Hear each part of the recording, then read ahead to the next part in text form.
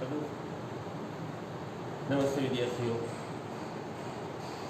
आज हम इस ताश के अंदर कहावत को पढ़ने का प्रयत्न करेंगे। हिंदी व्याकरण विभाग के अंदर कहावतें बहुत ही महत्वपूर्ण अपना स्थान रखती है। ज़्यादातर लोगों की भावनाएं ऐसी होती है कि दूसरों का कल्याण करें, तन मन धन से हम दूसरों को मदद करें, दूसरों के प्रति अपनी अच्छी भावनाएं रखें, वैसी हर मानव की इच्छा होती है।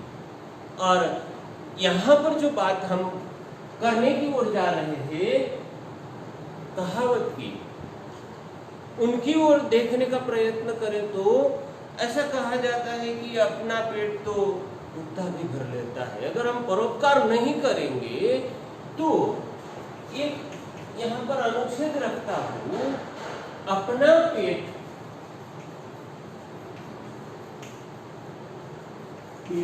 तो कुत्ता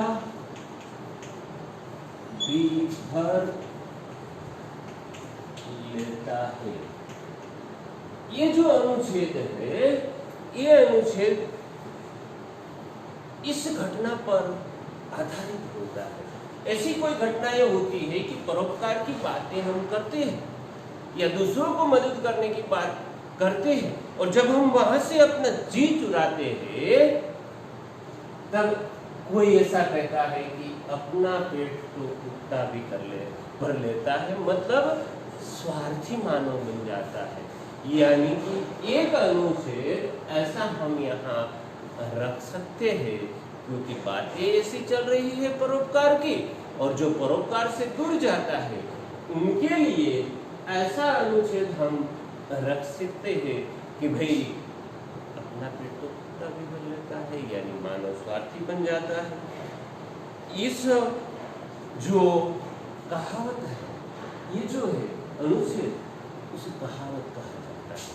कहावत को ध्यान से समझने का प्रयत्न करें तो ज्यादातर ऐसा होता है कि किसी भी घटना जो होती है उस घटना के अनुरूप जो बात होती है, बात के समर्थन में ऐसे अनुच्छेद, ऐसी कहावतें रखी जाती है ताकि जो बात चल रही है, जो घटना घटित हुई है, उस घटना को कहावत के द्वारा, ऐसे रूढ़ प्रयोग के द्वारा, जिनके अंदर अनुभव होता है, और अनुभव होता है, अनुभव का निचोड़ मानव अपनी वाणी के अंदर लाता है, और वो प्रयोग जो होता है, शाब्दिक प्रयोग, वो रूढ़ बन जाता है और धीरे धीरे वो कहावत का रूप धारण कर लेता है। कहावतों के द्वारा मानव अपनी बात को पुष्टि देता है। उदाहरण तौर पर हम देखने का प्रयत्न करें तो मान लो कि कोई व्यक्ति है जो कोई काम, किसी काम के अंदर बहुत ही मास्टरी रखता है, यानी कि बहुत ही कुशलता रखता है, और जब उस काम को करने के लिए उनको कहा जाए तो जब काम करने का समय आता है उसी समय मानव कोई बहाना बना लेता है। कुशलता उनके पास है, फिर भी मानव बहाना बना लेता है। उस बात की पुष्टि के लिए हम एक अनुच्छेद, मतलब हम एक कहावत रख सकते हैं। कैसे? नाच न जाने आंगन टेढ़ा,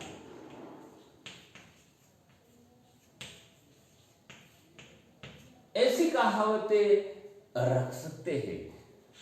जिसको काम ही नहीं करना होता वो बहाने बना लिया करते हैं, यानी कि अपनी बात को पुष्टि देने के लिए ऐसी कहावतों का प्रयोग हम कर सकते हैं। नाच न जाने आंगन टेढ़ा, जिसको नाचना नहीं होता उनको आंगन टेढ़ा लगता है, वो कभी भी बहाना बनाकर निकल जाता है।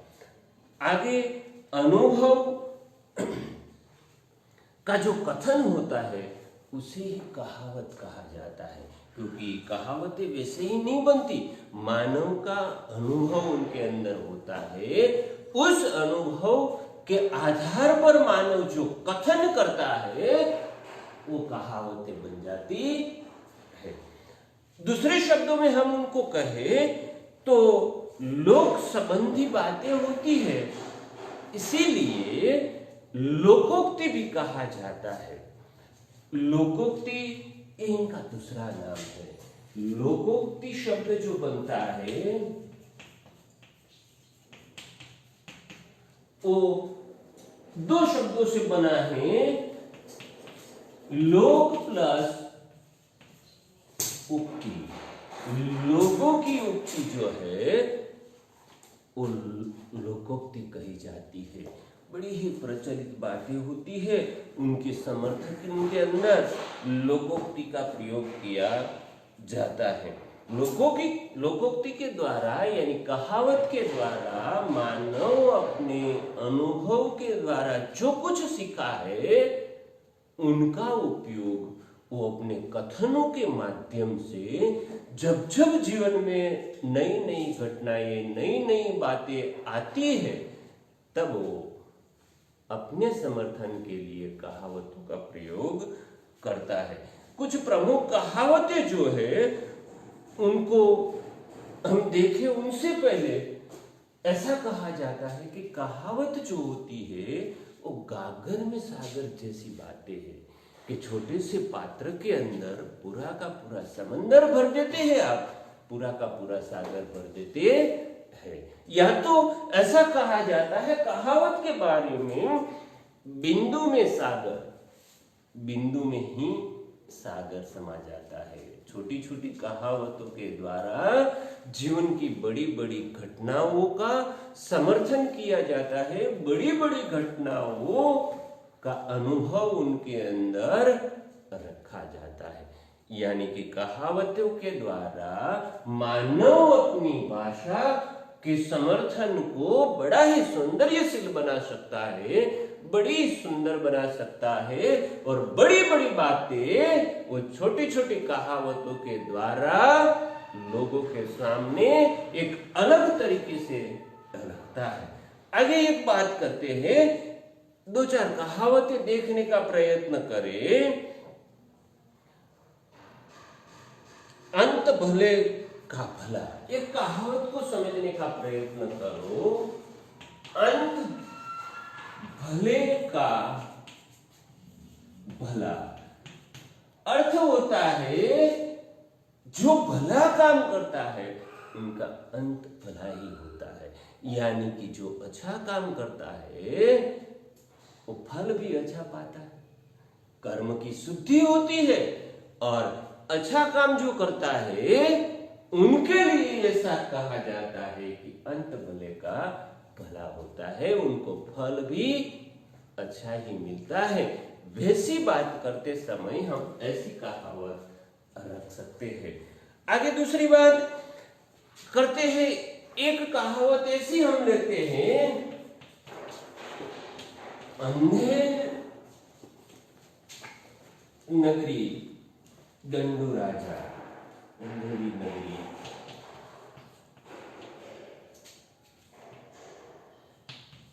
गंडू राजा टक्के से भाजी, टक्के से खाजा।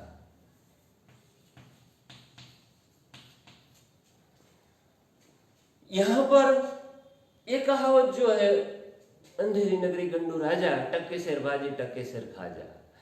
अनुशासन, जहां शासक अच्छा नहीं होता वहां अनुशासन जो होता है वो अस्त व्यस्त हो जाता है। ऐसी जब परिस्थिति खड़ी होती है या तो ऐसी बात जहां पर होती है वहां उनके लिए हम ऐसी कहावत रख के अपनी बात की पुष्टि कर सकते हैं, क्योंकि शासन चलाने वाला व्यक्ति अच्छा नहीं होता तो हम कह सकते हैं कि अंधेरी नगरी गंडू राजा, टक्के सेर भाजी टक्के सेर खाजा।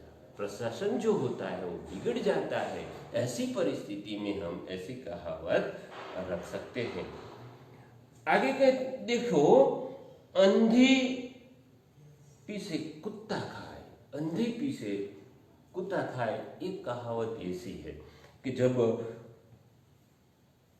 काम करे कोई और फल खाए कोई और। ऐसा जब सामने आता है कि भी काम करने वाला कोई व्यक्ति होता है, उनको उनका फल नहीं मिलता, पर जो ठीक चैन से बैठते हैं उनको उनका फल मिलता है। ऐसी जब परिस्थिति होती है तब हम ऐसी कहावतों के द्वारा अपनी भाषा को रोचक बना सकते हैं। अपनी भाषा को मजबूती देने के लिए भाषा के अंदर हम कहावत का प्रयोग कर सकते हैं। कहावतों के द्वारा अपनी बात को पुष्टि देते हैं, समर्थन में रख सकते हैं। आगे की कहावत है, मार के पीछे भूत भागे। ऐसी कहावत है जिसका अर्थ होता है किसी तरह से समस्या का हल करना। अर्थ होता है किसी तरह से समस्या का हल करना, यानी कि जो परिस्थिति का निर्माण हुआ है उनको हल करने के लिए जब कोई रास्ता नहीं होता तो मानव आक्रामक बन जाता है। और आक्रामक जब मानव बन जाता है तो मानव ऐसा सोचता है कि मारने से सब कुछ हो जाता है। तब मानव ऐसी बात करता है कि मार के पीछे भूत भागे, मतलब भूत भी भाग जाता है जब मार पड़ती है। ऐसी अपनी समर्थन के लिए ऐसी कहावतें मानव रखता है। आंख का अंधा नाम नयन सुख, ऐसी एक कहावत है। आंख का अंधा होता है और नाम नयन सुख होता है। जब परिस्थिति विपरीत होती है तब ऐसी बात कह सकते हैं कि जिनका नाम नयन सुख है, पर वास्तविक रूप से नयन सुख को हम देखें तो आंखों का तो वो अंधा है, आंखों का अंधा है और नाम रखा है नयन सुख।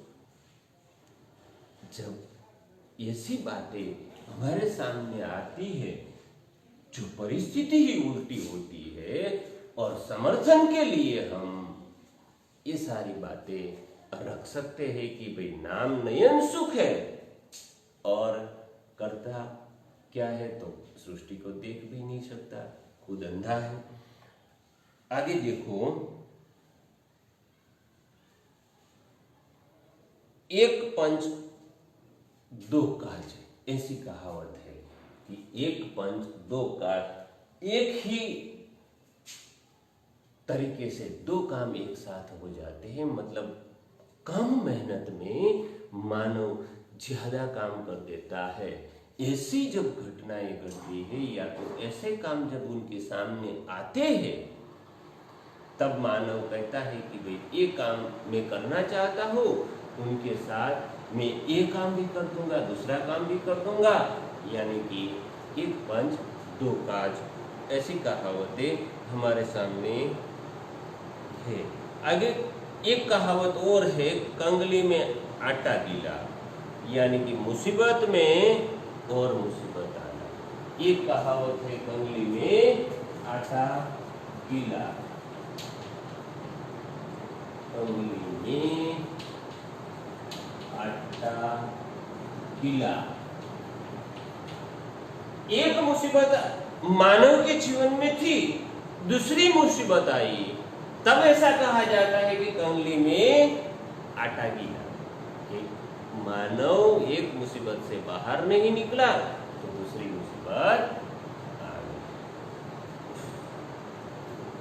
कहाँ राजा भोज कहाँ गंगू देवी, ऐसी एक कहावत है। यानी कि दो व्यक्तियों की जब तुलना की जाए तब एक व्यक्ति के लिए हम समर्थन करते हैं और एक व्यक्ति जो है, जो योग्य नहीं है, उनको भी इनके साथ गिना जा रहा है।